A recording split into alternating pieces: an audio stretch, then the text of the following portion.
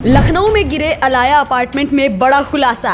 मेरा कोई भी लेना देना वास्ता इस बिल्डिंग से कभी नहीं रहा। याजदान बिल्डर्स का वीडियो आया सामने। जब ये बिल्डिंग 2009-2010 में बन रही थी तो मैंने शायद इनके कहने पे 3 फ्लैट बिकवाए थे। फहद याजदान खुद को बता रहा है बेगुनाह। उसके एवज में मुझे पैसा दिया गया था, बाकी मेरा कोई मतलब नहीं रहा है। फहद याजदान पर कमजोर बिल्डिंग बनाने का आरोप। और ये जो 5-5, 10-10 टीमें बना के हमें अरेस्ट करने के लिए तैयारी हो रही, वो मतलब मेरे पीछे पुलिस लगा रखी है। फरार चल रहे बिल्डर ने खुद वायरल किया वीडियो। ये बिल्डिंग बनी 2010 में, 2011 में। अरे भाई याजदान फर्म जो बनी है वो 2012-13 की है। सीएम योगी के सामने गिड़गिड़ा रहा है फहद याजदान। से माननीय मुख्यमंत्री जी से, माननीय उप मुख्यमंत्री जी से और तमाम इस हादसे से जो जुड़े हुए अधिकारियों से ये दरख्वास्त है, गुजारिश है कि इसकी निष्पक्ष जांच करी जाए। लखनऊ में अचानक गिरी अलाया अपार्टमेंट का मामला लगातार गर्माता जा रहा है। हादसे के बाद से लगातार फरार चल रहे फहद याजदान ने एक वीडियो बनाकर शेयर किया है जिसमें वो खुद को बेगुनाह बता रहे हैं। फहद का दावा है कि अलाया अपार्टमेंट से उनका कोई लेना देना ही नहीं है और जानबूझकर उन्हें फंसाया जा रहा है। मेरा कोई भी लेना देना वास्ता इस बिल्डिंग से कभी नहीं रहा। हाँ, इतना ज़रूर है कि जनाब शाहिद मंजूर साहब से मेरी ताल्लुकदारी के चलते जब ये बिल्डिंग 2009-2010 में बन रही थी तो मैंने शायद इनके कहने पे 3 फ्लैट बिकवाए थे उस बिल्डिंग के, और उसका कमीशन मुझे मिला था। उसके एवज में मुझे पैसा दिया गया था, बाकी मेरा कोई मतलब नहीं रहा है। दरअसल बीते 24 जनवरी की शाम लखनऊ के हजरतगंज थाना इलाके में अलाया अपार्टमेंट नाम की इमारत ताश के पत्तों की मानिंद गिर गई। ये बिल्डिंग वजी हसन रोड पर मौजूद थी। हादसे के वक्त अपार्टमेंट में करीब 50 लोग अलग अलग फ्लैट्स में मौजूद थे। राजधानी में हुए हादसे से हर तरफ हाहाकार मच गया। आनन फानन में मौके पर राहत बचाव का काम शुरू किया गया। एक तरफ राहत बचाव कार्य चल रहा था तो वहीं दूसरी तरफ बिल्डर की गिरफ्तारी के लिए दबिश शुरू हो गई। जांच में पता चला कि बिल्डिंग सपा विधायक शाहिद मंजूर के बेटे की है। शाहिद मंजूर इस वक्त मेरठ की किठौर सीट से विधायक भी हैं। इस मामले में अलाया अपार्टमेंट के मालिक पूर्व मंत्री शाहिद मंजूर के बेटे नवाजिश शाहिद, भतीजे मोहम्मद तारिक और बिल्डर फहद याजदान के खिलाफ FIR दर्ज की गई, जिसमें नवाजिश शाहिद को गिरफ्तार कर लिया गया। लेकिन इससे पहले कि बिल्डर फहद को गिरफ्तार किया जाता वो फरार हो गया। लेकिन अब उसे खुद के फंसने का डर सता रहा है।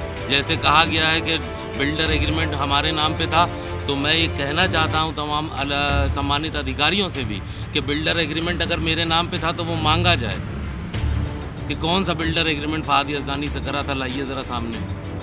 किसी तरीके का कोई एग्रीमेंट लिखा पड़ी अगर फहद याजदानी की तरफ से लिखी होगी तो मैं खुद ब खुद जो जेल जाने के लिए तैयार हूँ। ये बिल्डिंग बनी 2010 में, 2011 में। अरे भाई याजदान फर्म जो बनी है वो 2012-13 की है।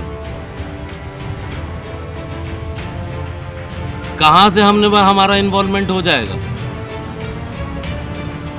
बिल्डिंग कोलैप्स हो रही है, उस पर ध्यान ना देके कि लोग वहाँ पर जो बेचारों के घर थे वो जो सड़क पे आ गए, उस पर ध्यान ना देके कि उनको कहाँ रहने की व्यवस्था करी जाए। सब लोग फहद याजदानी के पीछे पड़ गए, जबकि फहद याजदानी का कोई लेना देना नहीं है। अरे फहद याजदानी की पराग रहन रोड बिल्डिंग पूरी तो टूट गई। माननीय न्यायालय से हमें राहत नहीं मिली तो हमें कोई ऑब्जेक्शन नहीं हुआ, तोड़ दी LDA ने। लेकिन यहाँ पर तो सीधा सीधा इल्जाम, झूठा बेबुनियाद इल्जाम लगाया जा रहा है। मेरा 2011 में उस बिल्डिंग के नीचे एक छोटा सा कमरा हुआ करता था जो शाहिद मंजूर साहब ने ताल्लुकदारी के चलते मुझे किराए पे दिया था। उसमें हमारा 2 साल ऑफिस रहा। उसके बाद 2013 में इन्होंने वो ऑफिस खाली करा लिया, उसमें अपने स्टाफ को रहने लगे। और आज जब बिल्डिंग में हादसा हो गया तो सारी जिम्मेदारी मेरी होगी। मेरा क्या लेना देना वास्ता सरोकार उस बिल्डिंग से? कोई हमने रजिस्ट्री करी हो, कोई हमने क्या कहते हैं किसी को वो बैनामा करा हो, कभी मेरा 2 साल 3 साल 4 साल में उस बिल्डिंग में आना जाना रहा हो, तो हम है ना जिम्मेदार। मेरा कभी आना जाना भी नहीं रहा, ना कोई वास्ता सरोकार रहा। उसके बाद खड़े होकर सब लोग खुद गड्ढा खुदवा रहे हैं, हमें पता चल रहा है। लोग अगल बगल के रोक रहे हैं, मना कर रहे हैं, टोक रहे हैं कि ये क्या करवा रहे हैं, उसके बावजूद भी जो है नहीं माने और बिल्डिंग को ये हादसा हो गया। फहद याजदान का दावा है कि अलाया अपार्टमेंट से उसका कोई लेना देना नहीं है और विधायक शाहिद मंजूर खुद खड़े होकर बेसमेंट खुदवा रहे थे, जिस पर वहां रहने वालों ने ऑब्जेक्शन भी किया और तो और तीखी बहस भी हुई।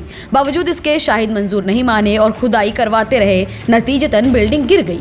तमाम अधिकारियों से मेरी गुजारिश है कि मलबे में कहीं ना कहीं कैमरे अगर मिल जाए, ढूंढवाए जाए, तो उसमें डिटेल भी ये निकल के आएगी कि उस बिल्डिंग में ड्रिलिंग का काम या जो भी खुदाई का काम हो रहा था वो खुद स्वयं श्री जनाब शाहिद मंजूर साहब खुद खड़े होकर करवा रहे थे, जिसको लेकर उस बिल्डिंग के रहने वाले लोगों से जनाब शाहिद मंजूर साहब की थोड़ी बहुत नोकझोंक और बहस भी हुई।